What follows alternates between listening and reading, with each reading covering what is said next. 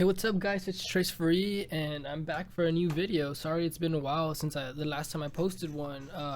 I was just too busy changing my studio. As you can see, I added a whole bunch of new things, got new equipment, new preamps, compressors. I went all out and got a bunch of new things. I added acoustic foam pads, RLX, all around my room. I changed everything. You'll notice it from my last video and this video. So today, I'm going to talk about pretty much your setup and the way you should make or the way you should do your studio, positioning things and distance and what you should have and shouldn't have, things you should do and shouldn't do. And this is the way I do it, and the things that I do that have helped me a lot. These things will help you. You guys should notice a difference. And yeah, so let's get to it. First things first.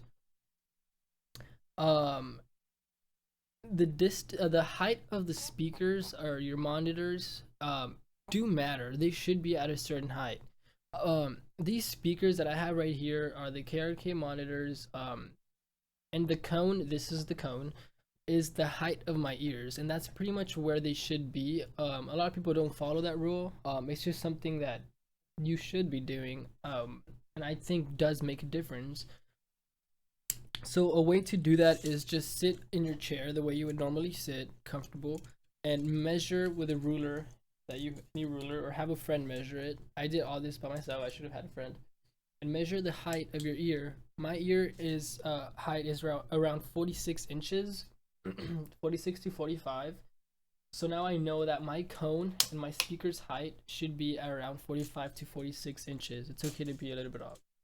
So if I put this close, that's exactly where my cone lands. That for the height. So yeah, that's pretty good on that part. Now, another thing to do where I got mine exactly the same height because I made this shelf. This wasn't here before. This is one of the new things I added. I made it and I knew exactly how tall I should make it. So I made it like perfect. But that's just because I like to go out on that. Another thing you should know is the distance of the speakers. As you can see before, I was wrong in two things. Or I wasn't wrong. I just wasn't ready or didn't have the chance to do exactly the way it should be. My speakers were too low. They were hitting my chest. And they were a bit farther apart, which would mean that I should have been farther apart. There's something called the equilibrium triangle or the equality triangle, something like that, something weird. I don't remember. And it's the way there should be a triangle from each speaker to you, or yeah, and it should all be the same distance. Then that's how it should be. So if I measure the distance of my speakers from cone to cone, I think it's around 30 something. From cone to cone, it's 34 inches. So that means my right ear should be about the same distance to the cone. I believe I said it was 34. Okay, so 34 is about right there.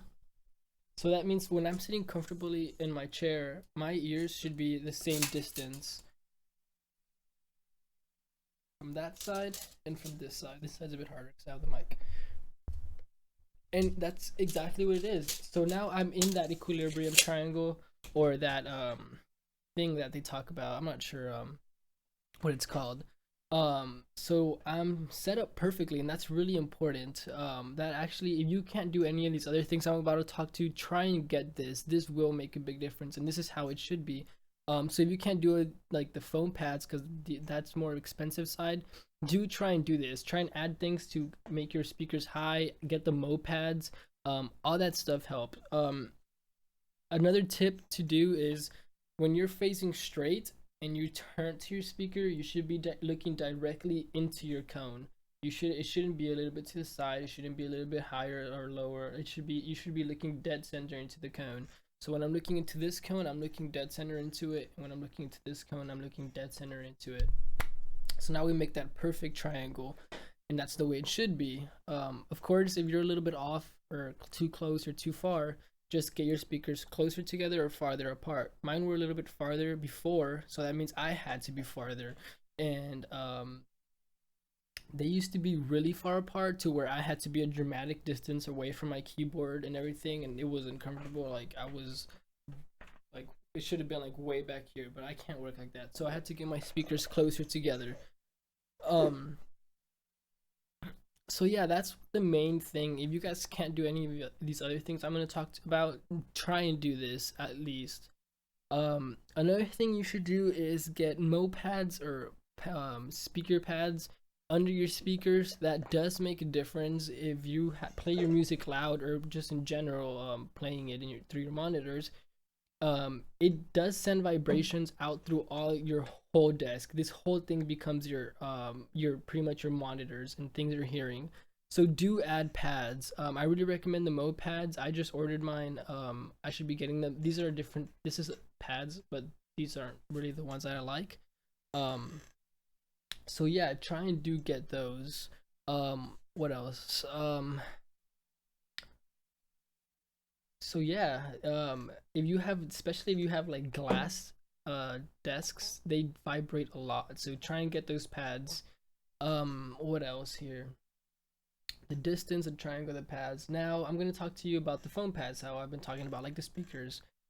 The pretty much foam pads or acoustic panels, RLX, they're not meant for soundproof. A lot of people put them up thinking like, oh, it's gonna soundproof my room and like you can't hear it on the exterior. Like that's not really what they're meant for. Sure, they might help on that, but that's not what they're meant for at all.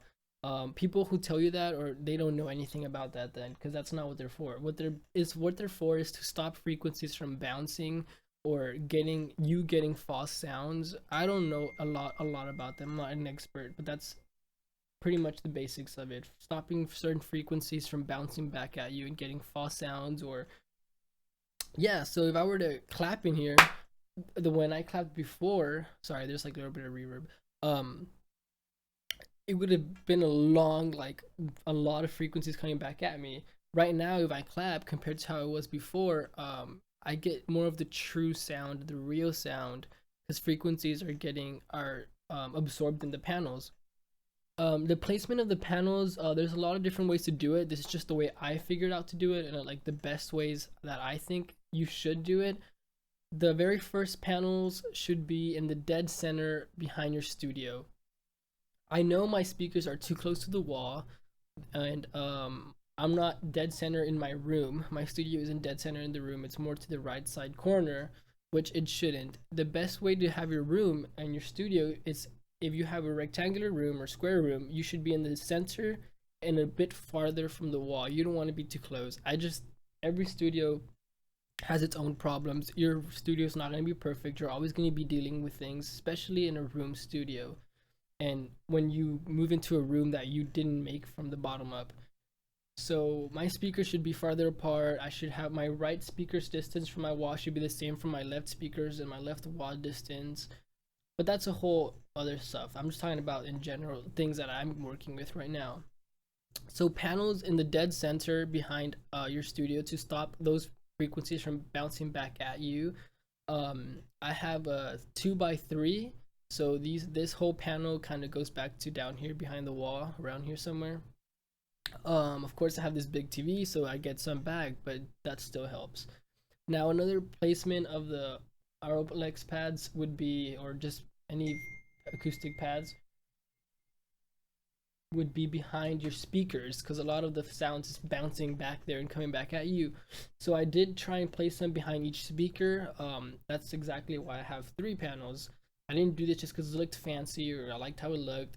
That's just a bonus. And no matter what you do with them, it actually makes your room look great, which is a plus. So I bought these D36 Ruminators by RLX, and I have dead center in the middle and one behind each speaker. And I have them 2x3 feet or foot. The next placement of these pads would be on your right and left side, which is called like the angle first reflection or something like that. I think the side of first reflection or the balance reflection. I don't know. And the way you find that is there's a trick that you could use. called the mirror trick. Everyone uses this. It's known by a lot of people that they use this. What you do is you get a mirror, any type of mirror you have, use the right side. One of them is zoomed in. Place it against the wall, straight on the wall, and start dragging it across pretty much at the height of the speaker. And where you see the reflection of your cone on the mirror, that's where you want to pad.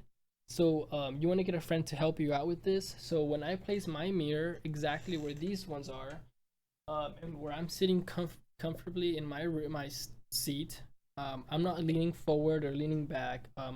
You're not trying to find the cone, you're trying to get the mirror to find the cone for you.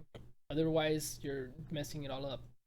So just sit normal, move this aside right when you see the speaker cone, which mine is back there on that wall. That's where you're going to place them. Do the same thing on the left side. My left wall is way farther than my right wall, but I was able to find the cone reflecting on that wall. So that's where the sound bounces off that wall and comes to you. The same thing on this side. So you're trying to catch those frequencies from bouncing back at you. Another section that you want your acoustic foam pads would be behind you in your back wall. I have what is it, like a 4x4 or a 3x4? 3x4. It's pretty big. I don't know how big it is. It's pretty big. On my back wall, so I'm stopping those frequencies from bouncing back at me. I hate it when I made a song and I would listen to it in my car and it didn't sound the same way I made it. Because frequencies that I didn't catch, or things that I wasn't able to cut, or frequencies jumping out all over the place. So yeah, this does help and improve. This is more on the expensive side, so if you can't get these, that's fine. Just try and do the speaker thing. I really do recommend that. That's like first and everything. What else here? There's a whole bunch of different panels you could get and all that. Just don't get those cheap ones from eBay. There's some that eBay sells, like, oh, get 98 for like $50, or like 36-inch pads for, I don't know, $20. Those aren't really gonna work. They're really thin, they're a cheap brand, they're flammable. These aren't flammable. I could put a fire next to it and they don't catch on fire. They're fire resistant. So that's a huge bonus on that. Another thing you would want to add is a diffuser behind, and diffusers around your room, but that's a whole nother thing that I don't think it's necessary, but I don't really want that right now. I already ordered more pads. They should be here in 1 or 2 days, I believe by the 23rd. I don't know. In 1 or 2 days they should be here, so I could fill up my room a bit more and get it, control the sound more. You're controlling the sound, you're not making your room soundproof. That's the thing, people really get confused. You could find them called like that because they do kind of do that, but that's just what they're called, but that's not what they do. They're two totally different things. So yeah, other than that, the way you want to place everything is up to you. Wherever you want to have your keyboard, your piano, your mouse, everything else is up to you. That's just the way I think you should set up your room, the way I know, and you'll pretty much find this video or people talking about this everywhere. The mirror trick, the equilibrium, the height. One more thing that I didn't tell you about, how high to place your panels. The height of the panels is pretty much like the speakers. You want to place them in the height of your ear because that's exactly where it's coming back at you. You don't want it too high. My back wall, it might look like, oh, it's too low, but that's exactly where they should be. They shouldn't be too high just because I think it looks good. Like, that's not what I'm focusing on. I'm not trying to focus on like what looks good in my room. I'm trying to catch and control frequencies. So measure the height. Mine was 46, 45. And you want it, the panels to be in the dead center. So if you have 4 panels together making a square, you want the center of that square to be where you're the height of your ear. So on this side I only have 2 just because that's all I could fit. I have a door. Luckily the door didn't like mess with the reflection of the mirror and all that. If you have obstacles, that's fine. You might have obstacles or windows. You can place them on top of windows and do other things, but every room has its own thing. You might have a window or a door and you can't place it, or something random, you can't place the panels, but that's fine. So yeah, like the height of that should be, my ear is pretty much right here somewhere, which is the middle of this. in my left wall I have a bigger one. I have more set up, and the dead center is where my ear is. Same with my back wall. And that's pretty much how high to place them. Another thing you could do is pretty much about 2 feet from the ground. That's pretty much where you should place them, from here up. And yeah, try and get bass traps. I don't have bass traps. I just ordered them. They should be here soon too. You want them, I will make another video on bass traps hopefully soon. That's a little bit different. Pretty much the same kind of deal. Just they go on the corners and the height of your ears. But yeah, bass traps are important because that's where a lot of the low frequencies build up in the corners. So yeah, I hope this video helps you guys. I'm sorry, I tell you guys all the time I'm kind of bad at explaining things. But yeah, I hope you understood me. Like this video, thumbs up and subscribe and share this video. Ask me any questions on the comments below.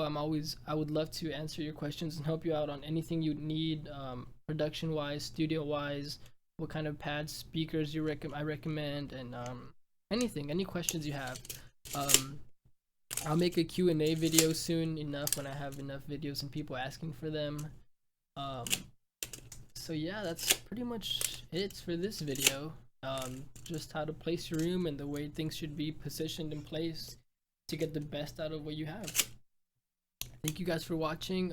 Share and subscribe, and thumbs up.